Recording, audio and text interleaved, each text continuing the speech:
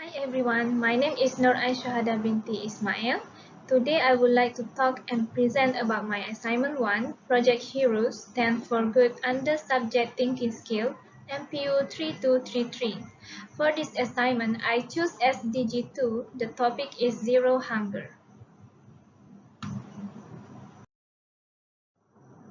Hunger is the leading cause of death in the world. Our planet has provided us with tremendous resources, but unequal access and inefficient handling leaves millions of people malnourished. If we promote sustainable agriculture with modern technologies and fair distribution system, we can sustain the whole population and make sure that nobody will ever suffer from hunger again.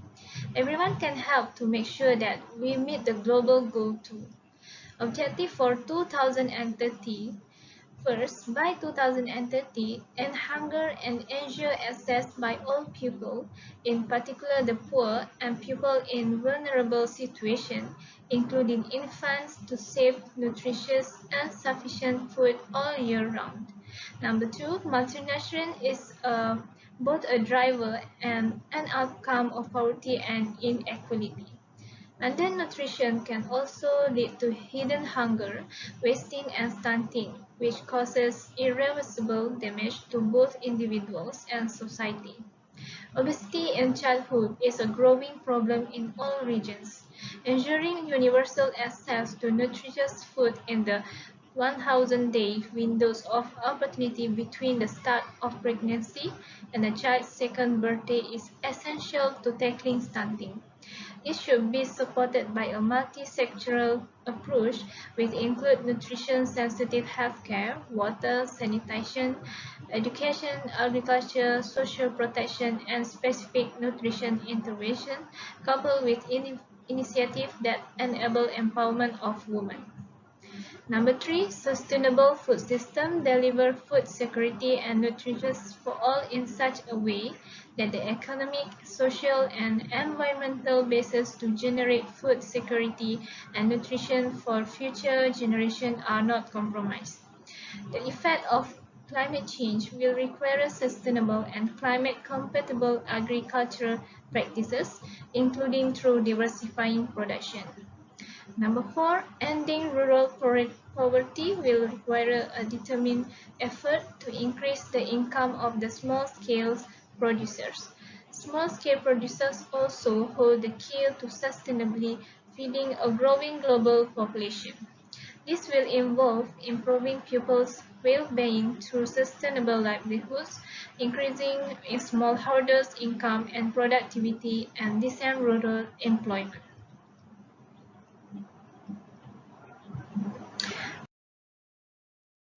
Who does it affect? 8,050 million people are undernourished. 90% of them are children under the age of 5, and they are not as tall as they should be because of chronic malnutrition.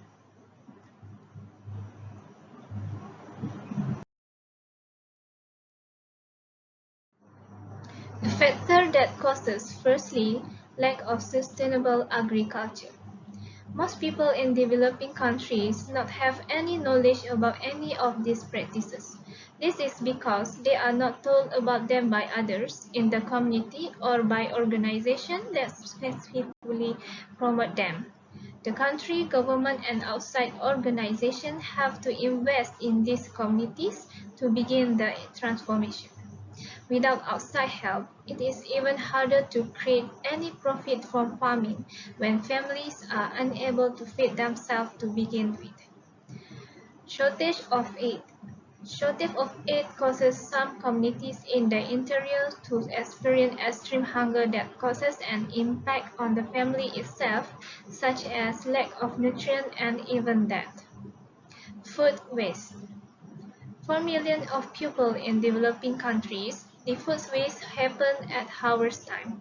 Along with chronic poverty, conflict, and economic shock, food loss is one of the root causes of hunger worldwide.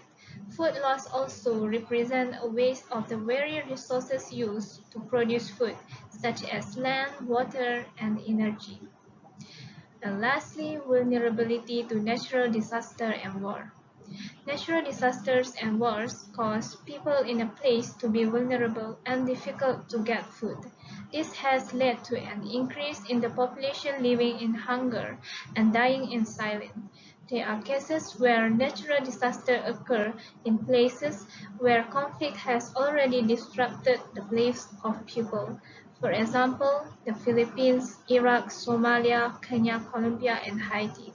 Because the definition of a natural disaster is linked to the society response capacity, state and social structure which are weakened by conflict are less likely to be able to respond to the effects of a natural hazard, making it more likely that a natural disaster will result.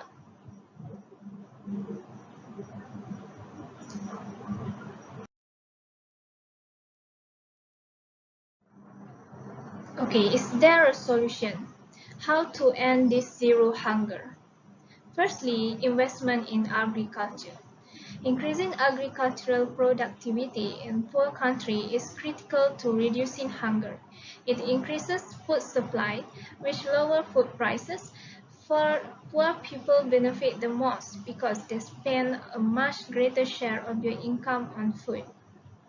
Secondly, increasing the capacity for agricultural productivity. Improved farm equipment has probably had the most significant impact on how farmers raise crops and care for livestock. Tractors, planters, and combines are much larger and efficient. Livestock barns have automated feeders, robotic milking machine milk cows. This technology and others have enabled farmers to produce more with less labor. Number three, sustainable food production system. Sustainable production secures natural foundation of life. The aim of sustainable production is to ensure that the production of goods conserve resources and preserve the regenerative capacity of the environment. Sustainable products secure the natural foundation of life for future generations. Sustainable agriculture consists of environment-friendly methods of farming that allow the production of crops or livestock without damage to human or natural systems. For example, one of the best ways to mitigate climate change is to create sustainable food systems based on sustainable agriculture. And lastly, ensure food security. Ensuring that food security objectives are incorporated into national poverty reduction strategies, which consider impacts at the national, subnational, household, and individual levels and have a particular emphasis on reducing hunger and extreme poverty. Last but not least, the world has made great progress in reducing hunger. There are 216 million fewer hungry people than in 1919 until 1992, despite a 1.9 billion increase in the world's population. But there is still a long way to go, and no one organization can achieve zero hunger if it works alone. If we want to see a world free of hunger by 2030, governments, citizens, civil society organizations, and the private sector must collaborate to invest, innovate, and create lasting solutions.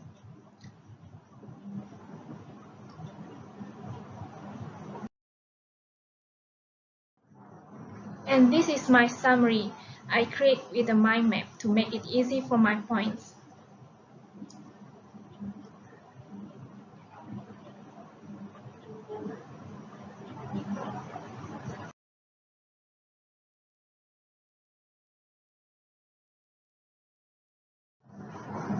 And thank you for listening.